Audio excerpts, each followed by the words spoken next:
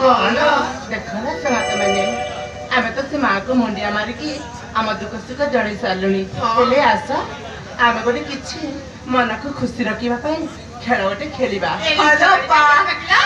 हाँ लुचकाली खेलिबा